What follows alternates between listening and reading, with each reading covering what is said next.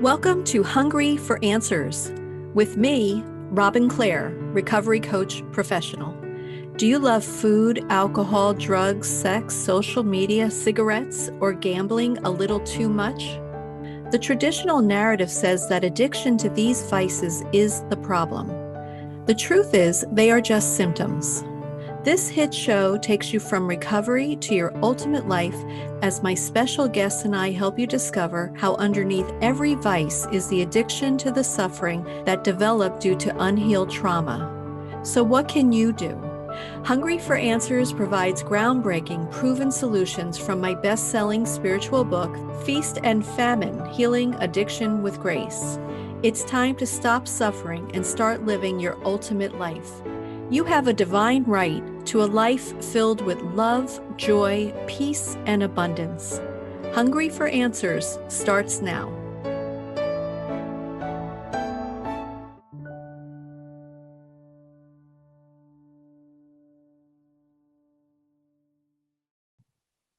Hello, everybody, and welcome to Hungry for Answers with me, Robin Clare.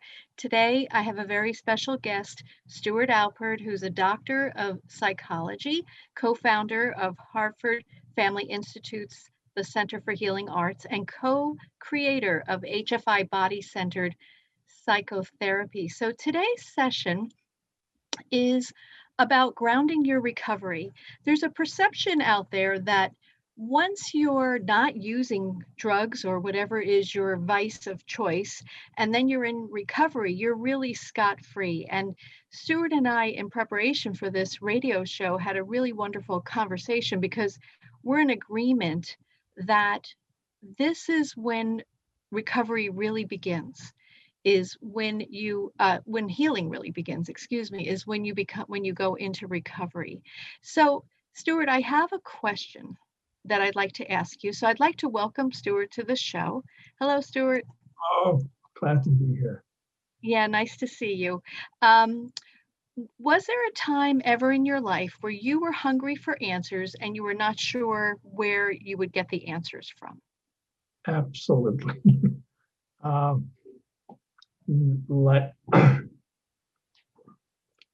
was totally a novice to consciousness, to being aware of what I felt in my body, how I felt, how I experienced my own emotions. Totally, as I entered therapy, felt like every week I would ask myself, why am I going back? I'm not sure I'm getting anything. And yet, some place that I recognize as my spirit, my own spiritedness, that kept me coming and working through all the reasons why I felt like I shouldn't be there or I wasn't going to get help. And finally, I got to a place of so deeply appreciating that as we enter the old trauma of our childhoods, to go deeper into ourselves and gain support to live what felt unlivable. Yeah. Yes, and I was smiling because I've been in therapy for many years, and there were times when I'm like, I don't feel like doing this today. I can't do this, and I'm like, okay, this is the day I have to go. There was no like when I would really feel that way. I can't talk about this anymore. I can't go. I don't want to. It would be just very strong that I would need to go.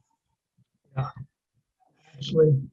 What I began to learn was how to live into the experience of I don't want to go.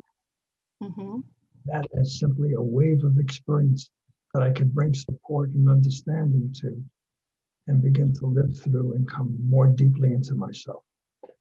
So can you share for the audience what it means to live into the experience?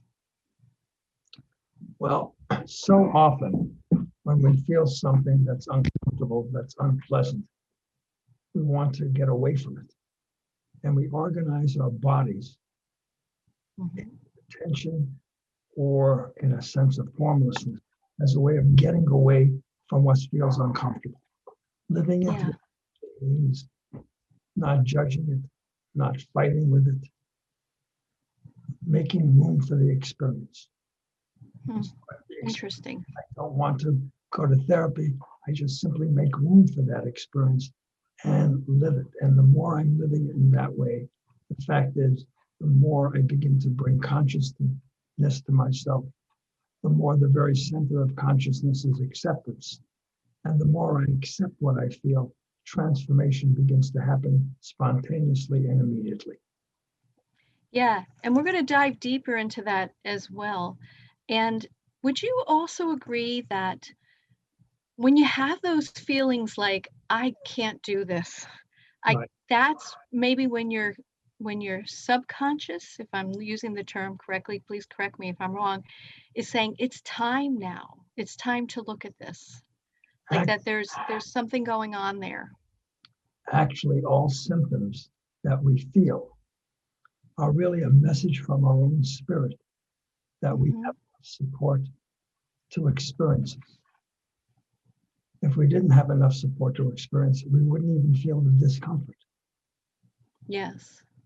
And the fact that we feel the discomfort is allowing ourselves to begin to focus on in a different way and understand it more deeply of where the discomfort comes from, where the negative, the place of self-negativity comes from, where the place of, I don't want to take another step, I don't want to see this, I don't want to feel this.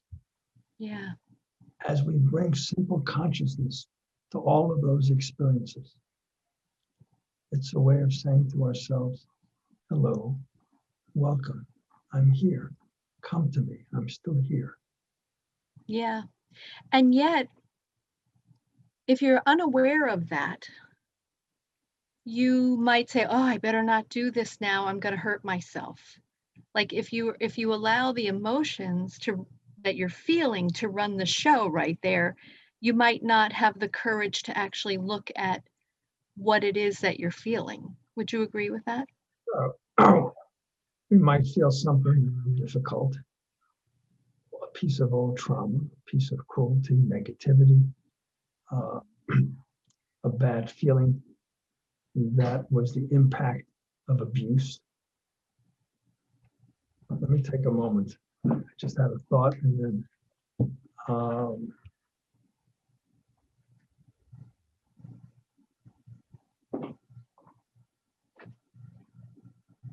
and we don't recognize that the way we live also has a place of safety in it for ourselves. And in recognizing that how we live, even if it's negative, even if it's self-abuse, even if it's self-destructive, has an element of safety in it. Yeah. And the hardest thing to do is to connect our brain with our hearts, because all that we're saying to ourselves is simply coming from our brain. It's not coming from our heart. It's not coming from a deep place of understanding. Well, so let's move. You had said to me when we chatted previously, when someone comes into recovery, that is when their healing begins. Yes. And could you elaborate on what you meant by that statement?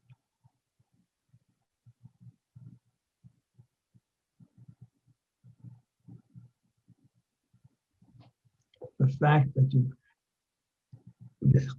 been in recovery and you've stopped whatever the addiction is, now is the opportunity to take a breath. And what I mean by take a breath is literally, I'm here and I want myself. And I want myself more deeply and fully. I want to welcome my life into my life. I want to welcome. I love that. I want to welcome vibrancy and aliveness into my life rather than just organizing myself to survive. Yes. Step out of simple what we do to survive into really recognizing that we can have a deeper place of aliveness and vibrancy and positivity about ourselves. Yes. And so in my book, Feast and Famine, the premise is that we are really addicted to suffering. And then we choose an addictive substance or vice or habit to feel better from our suffering. Where do you think the suffering originates in our lives? Like, where is it? Can it come from anywhere, or is it truly from childhood trauma, teen trauma? Where do you think suffering has its genesis in our lives? Well, it certainly comes from childhood abuse. And childhood abuse comes in all forms. But it also comes from society, from school, from churches, synagogues. It's the way people learn to live that's against ourselves. That becomes a habitual way of organizing ourselves, that production is important. Not feeling is important. Not being too emotional becomes emotions become, I'm being too emotional. There's a wonderful expression, is that pain is a part of life. Suffering is optional. Yes. Yes, that is part of my book. And one of the interesting things that I've discovered in my own journey, Stuart, as I move further and further along on the spiritual journey and I become more connected to my divine nature, I find that suffering is no longer an option because it's not required. It's truly a human experience, suffering. And as I stay connected to my own divine source, I don't need to suffer. There's just it's not required. So it's funny when I learned that suffering is no longer an option because it's not required. What do you think about that?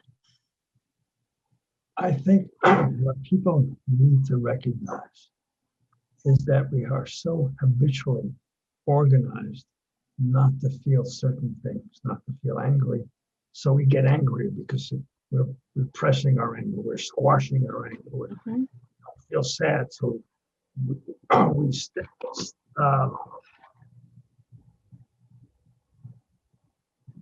we squash our sadness, we repress our sadness, so we wind up feeling depressed. And all of that is based on the next step of fear. Yeah. That's right, ourselves. And all feeling comes from the ability to live the experience of fear and separate the experience of fear from the thoughts and obsessions about fear. Yes. Once I live the experience of fear, fear becomes the doorway to a deeper place of aliveness, a deeper connection, not only to spirit, but a deeper connection to the ground. Yes. And actually, we're going to get into that in the next segment, because that's why I love the title of this episode, which is called Grounding Your Recovery. And when we come back from the break, I would like to talk about what does grounding your recovery mean? How would you define that? And why are the lower chakras important in recovery? So we will be going to break now. And you're listening to Hungry for Answers with me, Robin Clare, with my guest, Stuart Alpert, Dr. Stuart Alpert. And we shall return in a few minutes. Thank you very much.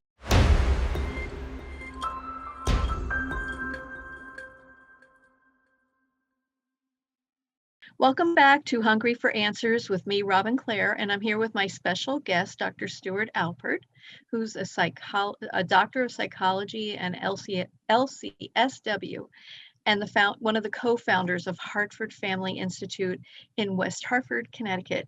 So, Stuart, how can our audience meet you? I guess they could come and meet you. How could they get connected to you? Can you share your website with us? Oh, it's very simple. All lowercase, HartfordFamilyInstitute.com. That's great. That's great. And if someone wants to call our secretary, 860-236-8255. 6009. Mm-hmm. And I would encourage you all to check out Hartford Family Institute. It's a wonderful, thriving, traditional mental health facility with also a very strong emphasis on the holistic arts. And it's located in West Hartford if you're listening in Connecticut, but you can listen from anywhere now these days and get support through Zoom. So I invite you. The team there is very professional and very caring. So it's hartfordfamilyinstitute.com. And if you'd like to connect with me, I am at clarity.com. That's CLARE-ITY.com. And so we're going into the second segment, and we're going to be talking about the recovery strategy, grounding your recovery. What does that look like? And I find too, so we have what's called the lower chakras, and those are the lower energy centers of our body that are really about our feeling of safety and security, our feeling of creativity and self-esteem. And I'm wondering, Stuart, can you talk to our audience about the importance of keeping our lower chakras within our energy healing system clear and spinning and just really being connected to those in recovery? As we organize ourselves away from old feelings of abuse, whether it's familial or societal, we trap our energy, and we often bring our energy up away from the ground, away from the lower chakras. And we build up tension patterns, maybe in our pelvis, in our stomach, in our diaphragm, in our chest, in our throat. And in fact, it's those tension patterns that we don't recognize are often the basis for illness and disease. Mm-hmm. The importance is to begin to bring more alignment both in our body and in our energy, that our energy flows through us and flows through us into the ground. So there's a connection to the sky and the earth. Yeah. Spirit and embodiment. Yeah, you're really talking things that I love to talk about. So I want to really spend some time on something that you discussed with me called the recovery strategy. And the first thing you talked about was what was required was the death layer. Can you talk about the death layer and how that applies to recovery? Yeah, death layer is the experience of the trauma. It may be the experience of humiliation, of abandonment, of rejection, of cruelty. Any negativity has impact. If I scream at you, you're going to have a reaction. You're going to have a reaction on a body level. Then you may have a reaction of shock and tension.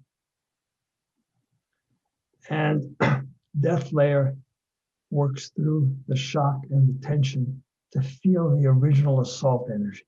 Like I said, it could be humiliation, abandonment, rejection, negativity, deprivation, and allow yourself. What we do is we're building in support and connection and attachment with the therapist to allow the person to live into that experience, to allow for the experience rather than to organize against it. Because as I said, organizing against it creates either tension or a sense of formlessness.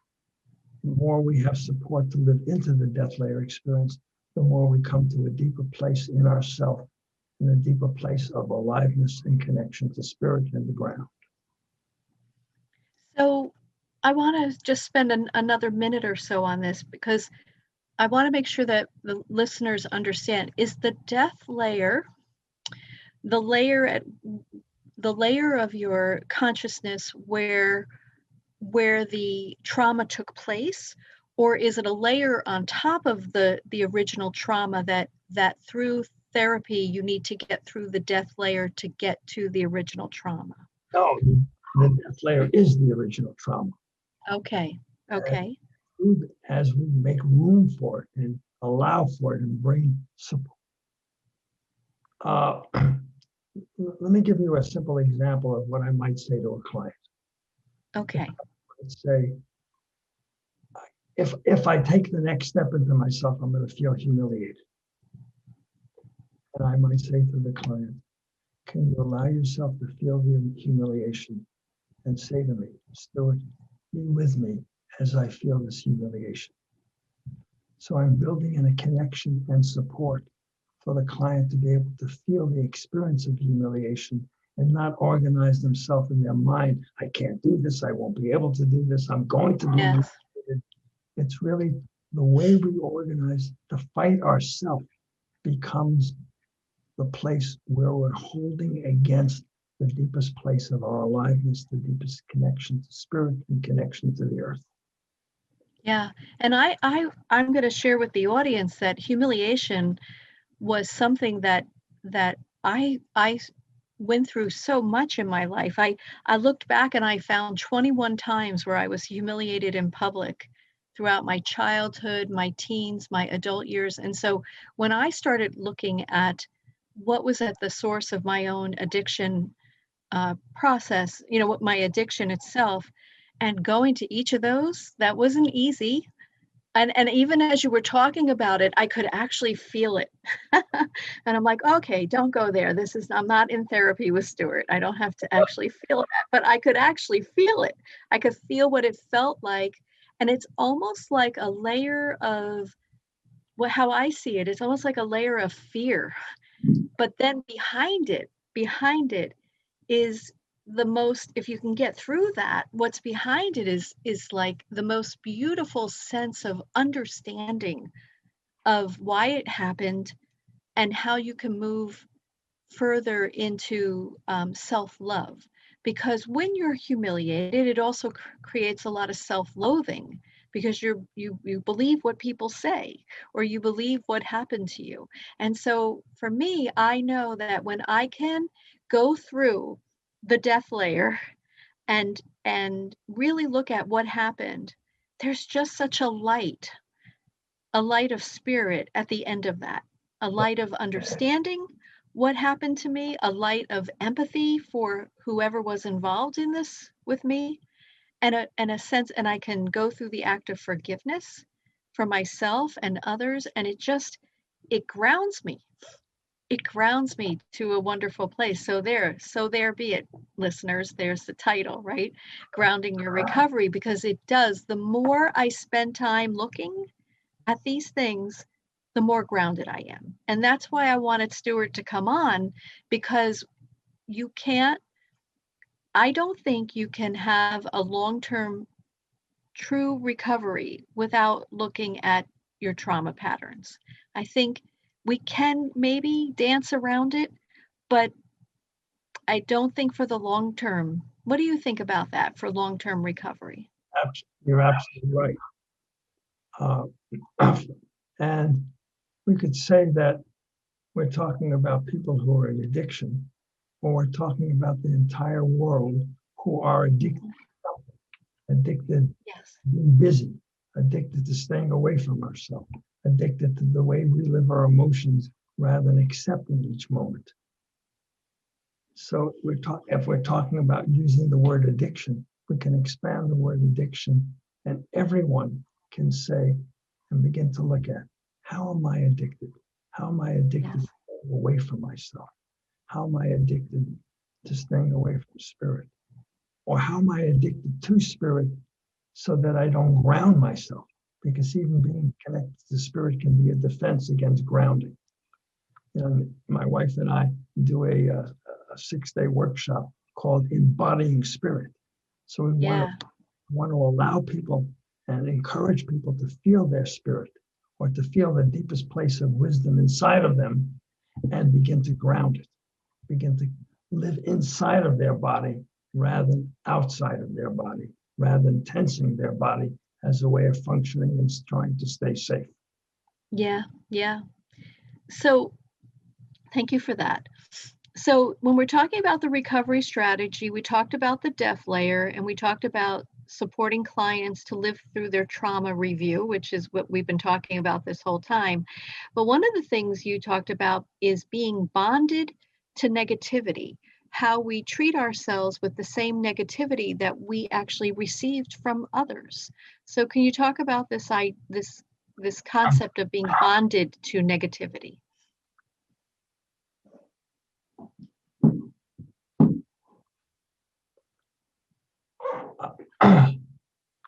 Personally, a part of the bonding energy that I grew up with is a mother who was invasive, controlling, and anything I did was never enough.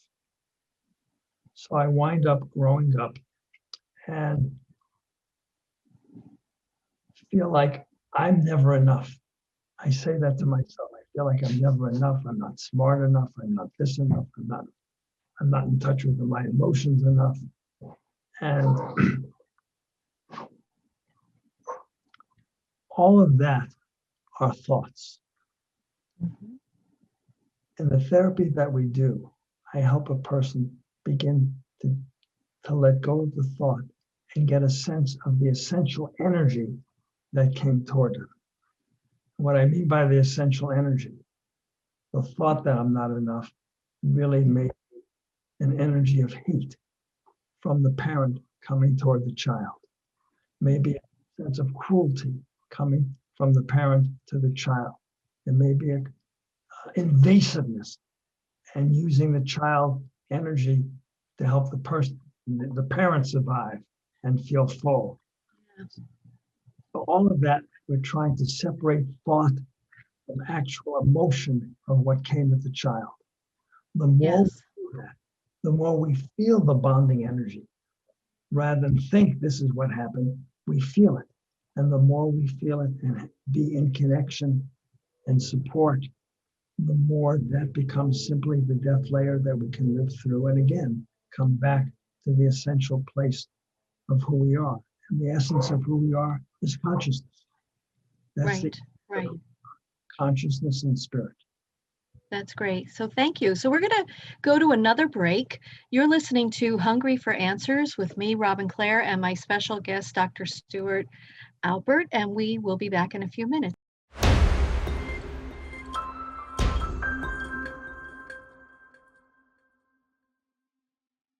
Hello and welcome back to Hungry for Answers with me, Robin Clare. And if you'd like to reach me and learn more about my services, please go to clarity.com. That's CLARE-ITY.com. And I'm here with Dr. Stuart Alpert, and you can reach Stuart at hartfordfamilyinstitute.com. And so, Stuart, we were talking about the recovery strategy. And one of the things that I think is important in the recovery strategy is the journey from self-loathing to self-acceptance to self-love. So I'd like to talk about that concept. And so my first question for you is self-loathing always a result of unhealed trauma? It's a result of the bonding energy that created the trauma. Okay. In other words, if what came at us was disgust, we absorb the energy of disgust and then feel disgusted. And the interesting thing about childhood, that there's a place that children have primary narcissism. And that's a developmental stage. And what I mean by that is if you think about children, everything in the world is about them. True. And so if I, as a child, am assaulted, it must be my fault. So the primary narcissistic place winds up that we believe it's our fault that we've been treated with disgust, with humiliation, or with insanity, with invasion, with humiliation. It always winds up that energy comes into us and we believe it about ourselves. The interesting thing about that's how we stay bonded with our parent. And all need bonding. We all need to feel attached. If we don't feel attached, we go into levels of total insanity, and we feel like we're either going to go crazy or we're going to die. So any bonding, even if it's negative, is better than no bonding at all. And you said, just to be clear, we all need to feel attached, not attacked. Attached with a CH, everybody. I just wanted to make sure that you heard that. So we all have a primal need to feel attached. Yes. And if we don't, as I said, if we don't feel attached, any child, who doesn't feel attached, is going to have two experiences. One is the feeling of going crazy, and the other feeling of I'm going to die. Wow. And that what we call now near-death experience. And then a child has to organize against that because it feels so real. I'm going to go crazy. I'm going to die. And so we organize ourselves in all kinds of structure as a way of surviving and as a way of staying connected to the parents. Wow. So can someone as an adult heal their trauma and still be in self-loathing? No. Because why do we hang on to self-loathing, and is it for protection? It is all protection, and it's a way of staying connected to the parent and believing what the parent has energetically instilled in us. And once I begin to accept myself and love myself, all of that fades away. It fades away and it's totally gone. We work on it at deeper and deeper and deeper levels. In fact, about a year ago, someone in our training program asked me, Stuart, you've been in therapy for so long and you have such a high level of consciousness. What's the difference between what you're working on now and when you worked on when you first started therapy? Good question. My answer was there's no difference. Yeah. I'm just working at deeper and deeper levels. Right. It's like a layer, like you're peeling back the layers. I always say the layers of my rose. I refuse to call myself an onion.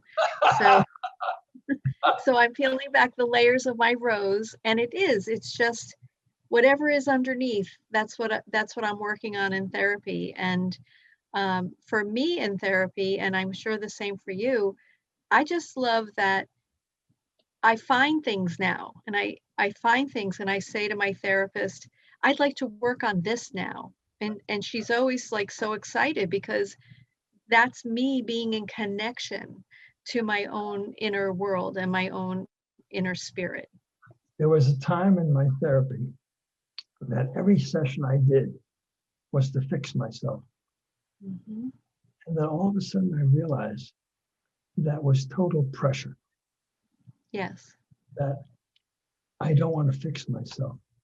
I want to explore myself. Oh, I like that. Let's repeat that. Let me just repeat that. That when you're in therapy, it's not about fixing yourself. It's about exploring yourself and learning the most about yourself that you can, and becoming as connected to your truth, to who you are on the grounded spiritual level versus what maybe others said about you.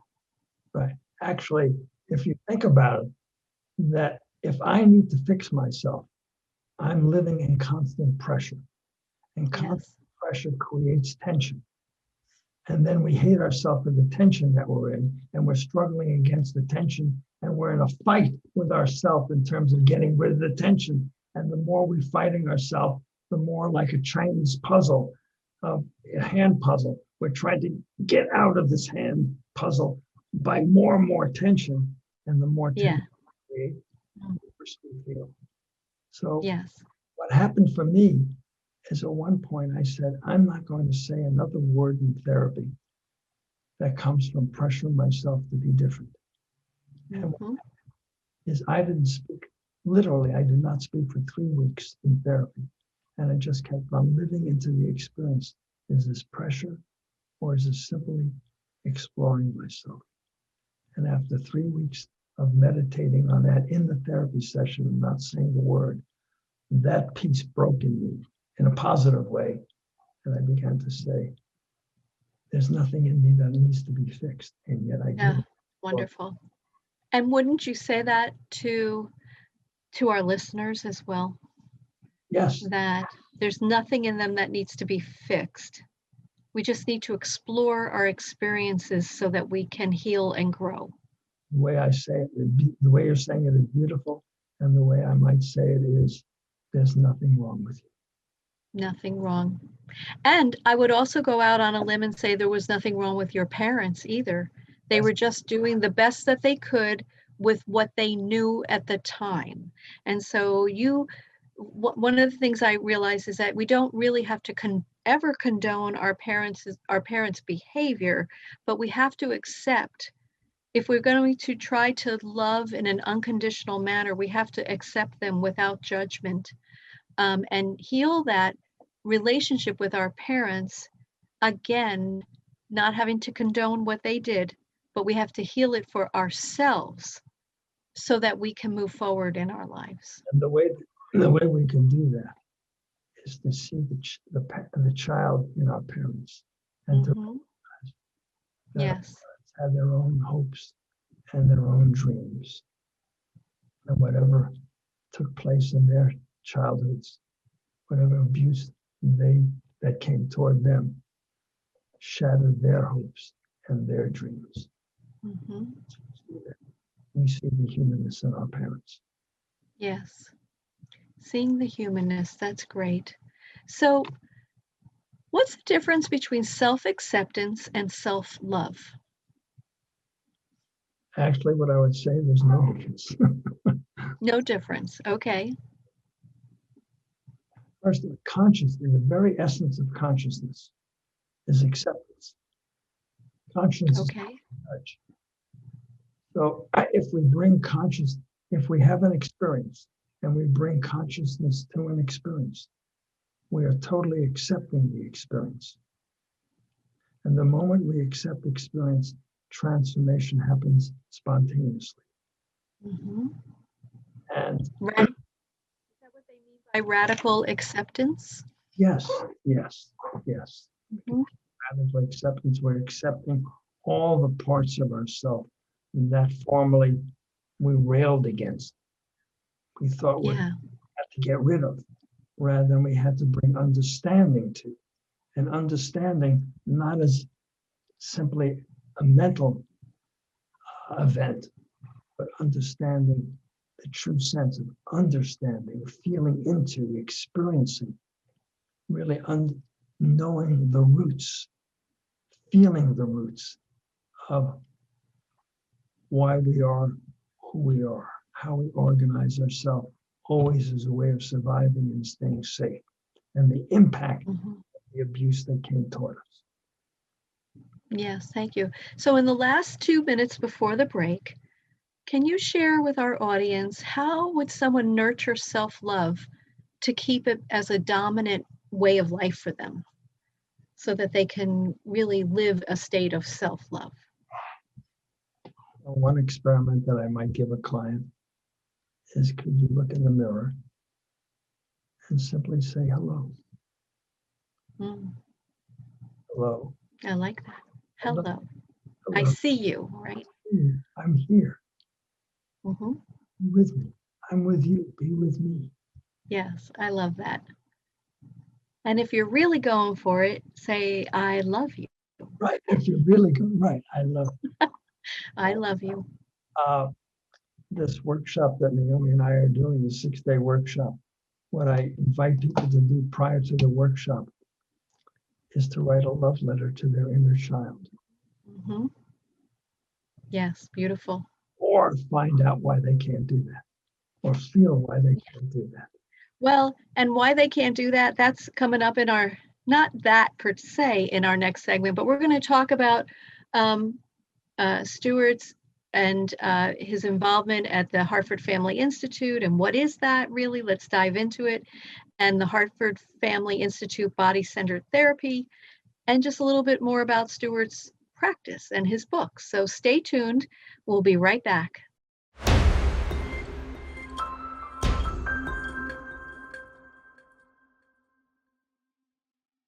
Welcome back to Hungry for Answers with me, Robin Clare, and my special guest, Dr. Stuart Alpert. And if you'd like to connect with me, please go to clarity.com. That's CLARE-ITY.com, or with Stuart at hartfordfamilyinstitute.com. So we're in the last part of the show, and I'd like to focus on your work, Stuart, in this segment.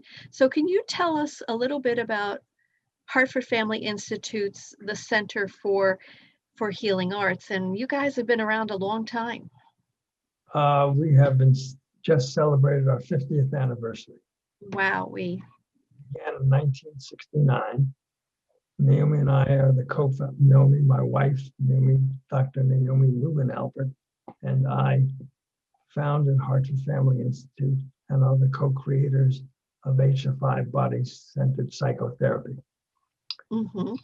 Besides the individual practices that Naomi and three of our partners have, where we see people either in individual therapy or group therapy, we also have two training programs.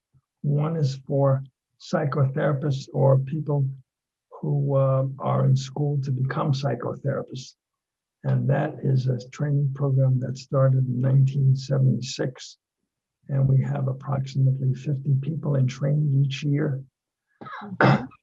It's where we teach people both the modality of HFI body-centered psychotherapy and also the importance of their own growth as people being therapists.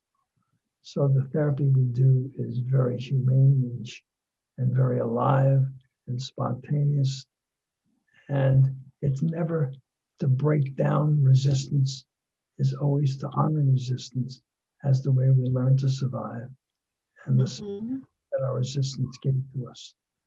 We also have a training program for the general public who learns the same material as the professional training program, and they do their own therapy in the program rather than the program for professionals where they learn how to be the therapist.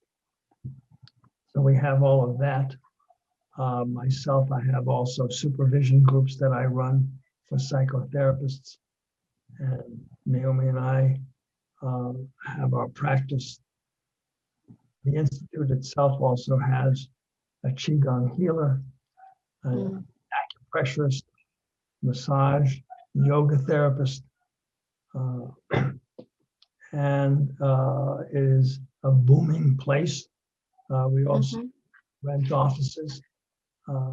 If anybody is interested as a therapist who needs an office, we have some vacant offices at this point as people are coming back from the pandemic and see people in person. We have the most beautiful two buildings that are connected with a connector and a reading room. So we have 23 offices. Yes, great. And you're really about mind, body, spirit, and emotion. Absolutely. I mean, you could have a building full of therapists who might just be focusing on the mind and the emotions, but that's never been your guys' way, right? Even from the beginning?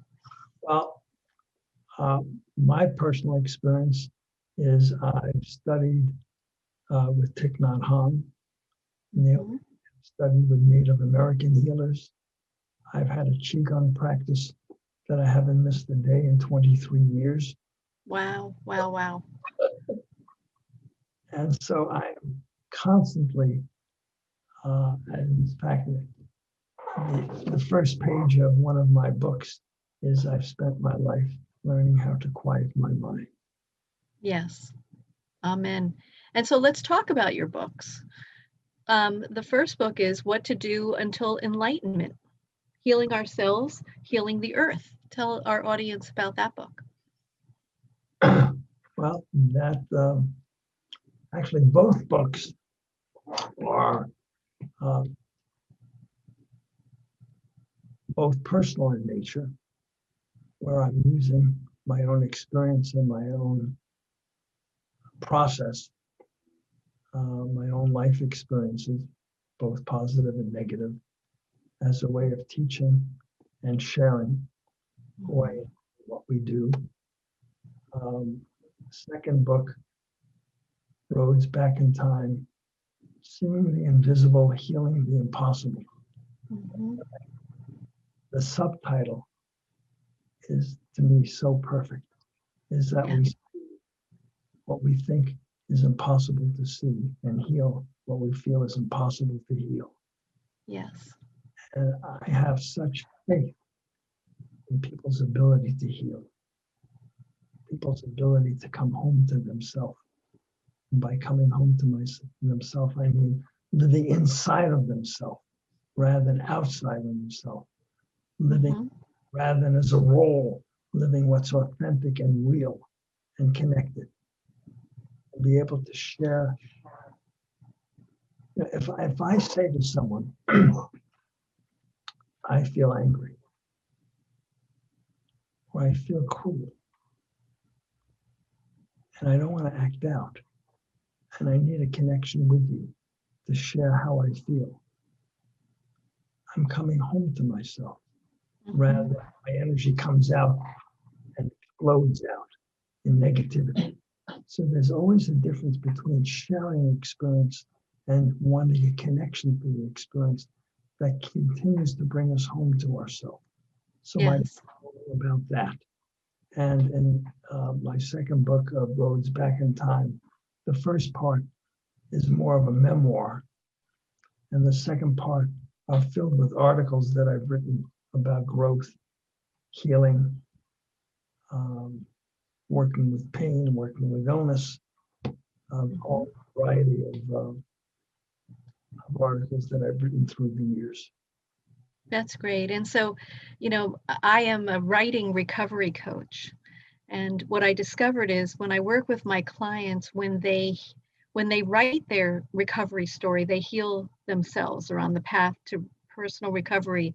But then when they share their story, they really are healing others. So I'm delighted to hear about the two books, because I know by telling your personal story is what is really helping others, when they can see that they can relate to you. And that's why I just love what I do with the writing coaching. So we just have a few more minutes, and I want to acknowledge that today, September 16th, the day of the show, is Yom Kippur on the Jewish calendar, the Day of Atonement, the Day of Forgiveness. And so I want to express that use this day, if you're listening, even if you're not of the Jewish faith, to think about forgiving yourself and forgiving others, so that we can really embrace the meaning of this holiday in each of our lives. Think about people outside of your family and friends. Let's forgive each other as a nation. Let's forgive each other around the world. This is a beautiful holiday to, as I said, to express forgiveness. And I always think of the Day of Atonement as the day of at one meant. So it's a day of bringing us into oneness around the globe, because that happens through, first of all, forgiveness of ourselves and forgiveness of others. So I bless all of you on this Yom Kippur holiday, the Day of Atonement. And I'd like to thank Stuart Alpert for being here. This was really wonderful. I learned a lot myself, and I just enjoyed listening to you, and I felt very connected to everything that you said. So thank you very much, Stuart, for being here. Thank you for having me. You're welcome. And to our listeners, please know that you're never alone. You can always reach out to help with therapy, with life coaching, with recovery, traditional recovery processes, or you can even go inside, as Stuart has so graciously shared with us. Find your inner self. There's the answers for everything that you need can be found inside of you. And if you can't and you need help, please, by all means, look for the best for you. And so that's it for today, everybody. Thank you for joining us on Hungry for Answers, and we'll see you next time. Thank you for tuning into Hungry for Answers. Learning to love ourselves is the one true solution to addiction. Make a commitment to healing today and see how you can reach your ultimate potential. Remember, you have a divine right to a life filled with love, joy, peace, and abundance. To learn more about me and my offerings, please go to clarity.com. That's Clare, CLARE-ITY.com. See you next time.